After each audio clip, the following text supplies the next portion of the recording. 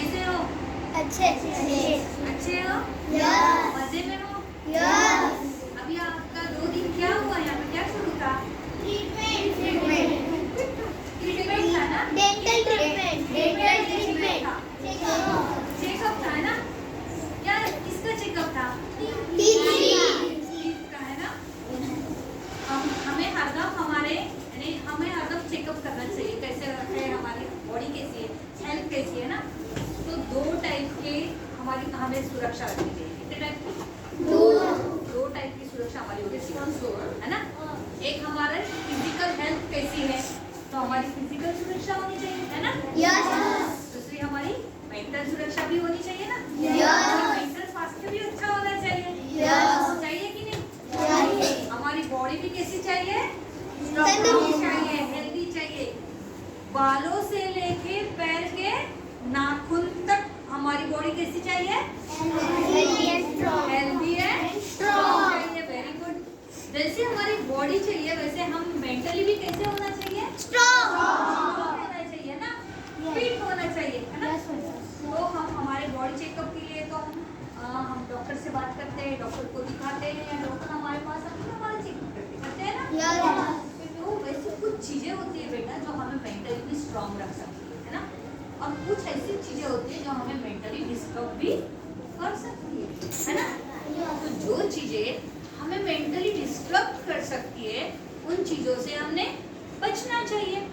क्योंकि dental checkup के समय डॉक्टर बेंटले ने आपको क्या बताया था कि अगर आप अपनी दांतों की सुरक्षा अच्छे से करते हो तो आपको डॉक्टर के पास जाने की कोई जरूरत नहीं है कोई जरूरत नहीं है। पर अगर आप अपनी टीथ की सुरक्षा प्रॉपरली नहीं करते तो आपको डॉक्टर के पास जाके ट्रीटमेंट करना पड़ेगा, है ना? ऐसे ही हमारे मेंटल हेल्थ के साथ भी होता है ना? तो आप बोलेंगे कि मेंटल हेल्थ कैसा? तो मैं अभी एक बहुत ऐसी चीजें हैं जो हमारे मेंटल हेल्थ पे आघात करती है, मेंटल हेल्थ को डिस्ट्रॉय करती है ना? ऐसी बहुत सारी चीजें, पर हम इतनी सारी चीजों का यहाँ पे अभी अवलोकन नहीं करेंगे, उसके ऊपर ध्यान नहीं देंगे। अब हम सिर्फ एक पर्टिकुलर चीज के ऊपर फोकस कर रहे हैं, है ना? तो वो है हमारे बॉडी को अगर कोई टच करता है तो हमने हमारी सुरक्षा कैसे रखनी चाहिए। तो आपको गुड टच और बैड टच तो पता ही होगा। और अभी हम उसको गुड टच बैड टच नहीं बोलेंगे, उसको बोलेंगे हेल्दी टच और अनहेल्दी टच, है ना? यानी सुरक्षित स्पर्श और असुरक्षित स्पर्श। कौन सा स्पर्श? सुरक्षित स्पर्श और असुरक्षित स्पर्श। हमने ये चीज समझना बहुत जरूरी है कि अगर मैं आई और मैंने इसको बोले नाइस बेटा, तो ये स्पर्श सुरक्षित है या असुरक्षित है, ये हमने चेक करना चाहिए। देखो आपकी मम्मी आपको नहलाती है ना? या आपको कहीं पे लगता है तो वहाँ पे पट्टी लगाती है या ये करती है, आपसे बहुत प्यार करती है तो आपको इसे दबोच लेती है, अपने गोदी में लेती है, आपको बहुत प्यार करती है, आपको कीस लेती है ना? तो ये सब कैसा स्पर्श है? वो क्योंकि जब वो स्पर्श करती है ना तो हमको किसी गंदा नहीं लगता क्या गंदा? नो। तो कैसे लगता? अच्छा। क्योंकि हमारे वो मम्मी का स्पर्श है ना? यस और अगर सपोज मैं आऊँ और अभी मैंने इसको यहाँ पे टच करा तो उसको गंदा नहीं लगा क्योंकि ये हेल्दी स्पर्श था। पर अगर मैंने इसको दबोच लिया, इसको किस किया, इसकी पप्पी ली तो उसको कैसे लगेगा? छी, ये क्या कर रहे हैं मैडम?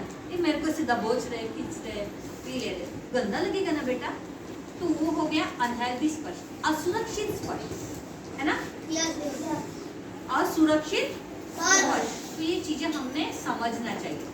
तो उसके लिए हमने क्या जानना चाहिए कि हमारे जो प्राइवेट पार्ट्स होते हैं, प्राइवेट पार्ट्स मालूम है ना आपको?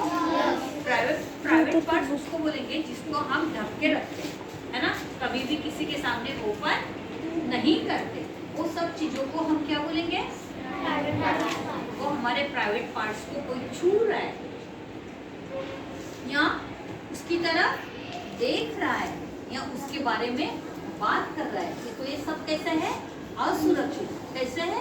असुरक्षित। समझ में आया मैंने क्या बोला? Yes. फिर वो आपके कोई भी हो, चाचा हो, दादा हो, दादी हो, अगर गलत तरीके से स्पर्श आपके प्राइवेट पार्ट को कर रहे हैं तो जान लो कि इट इज नॉट गुड।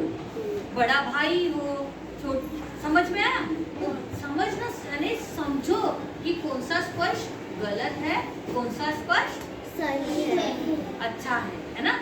सुरक्षित कौन सा स्पर्श है, असुरक्षित कौन सा स्पर्श, ये चीजें हमने समझनी चाहिए। बहुत जरूरी है इसको समझना। कोशिश करना कि हम समझे कि कौन सा स्पर्श है। समझ में आ रहा है आपको? Yes. अगर आपको लगता है कि कोई आपको गलत तरीके से स्पर्श कर रहा है तो उसको पहले पहचान लो। समझ में आया? यस। और फिर ये पहला नियम हो गया आपका, कौन सा? कि स्पर्श को पहचानो, स्पर्श को पहचानो। अच्छे से ध्यान से रखो कि स्पर्श समझना ही चाहिए। मैं छोटी सी आपको स्टोरी बताती। दो बच्चे थे, एक बड़ा था और एक छोटा था। तो दो बच्चे खेलते थे। जो बड़ा था ना वो छोटे को बोलता था कि चलो हम गेम खेलेंगे, सीक्रेट गेम है, सीक्रेट गेम है। बहुत बार ऐसे होते हैं, सीक्रेट सीक्रेट बोलते हैं। तो समझ जाना सीक्रेट विक्रेट कुछ भी नहीं रहता, कुछ तो भी वहाँ पे गलत रहता करके वो सीक्रेट सीक्रेट बोलते हैं, है ना? तो वो खेल रहे थे। तो क्या कर रहा था बड़ा बच्चा छोटे बच्चे को के प्राइवेट पार्ट को हाथ लगा रहा था। तो ये स्पर्श कैसा है? और बोल रहा था कि हमारा गेम है, गेम है, ये हमारा क्या है? और हम सीक्रेट गेम खेल रहे हैं, सीक्रेट गेम। उसके बारे में किसी को मत बताना, हाँ? क्योंकि ये हमारा कैसा गेम है? सीक्रेट। ऐसा कभी होता है क्या? नो। कभी कोई सीक्रेट गेम होता है? एक गंदा स्पर्श था। कैसा स्पर्श था? गंदा।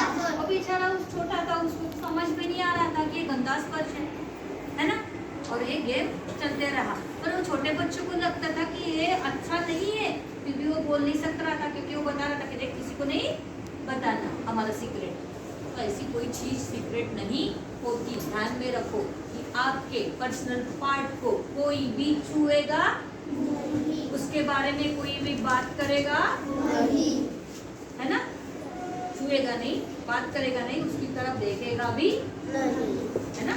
अगर अभी आप डेंटल चेकअप हुआ तो डॉक्टर ने आपके क्या देखे? सिर्फ टीथ देखे ना, क्योंकि चेकअप कौन सा था? डेंटल का चेकअप था, तो टीथ ही देखे ना। तो ये कौन सा स्पर्श हुआ? सुरक्षित। ऑब्वियसली सुरक्षित स्पर्श था। Yes. समझ में आया? Yes. जिस चीज की बीमारी है या जिस चीज का इन्वेस्टिगेशन है वहीं तक वो सीमित है, वो है सुरक्षित। ओके, समझे? Yes. फिर दूसरा नियम बताती मैं आपको। अगर किसी ने आपको गलत तरीके से छुआ या गलत तरीके से आपके बारे में बात करी या गलत चीज वीडियोस आपको दिखाए गलत, समझे? तो उसको वहीं पे क्या बोलना? नो। क्या बोलना? नो। नहीं बोलना, नहीं। जोर से चिल्लाना नहीं। गलत तरीके से छू रहे तो जोर से बोलो। क्या बोलेंगे?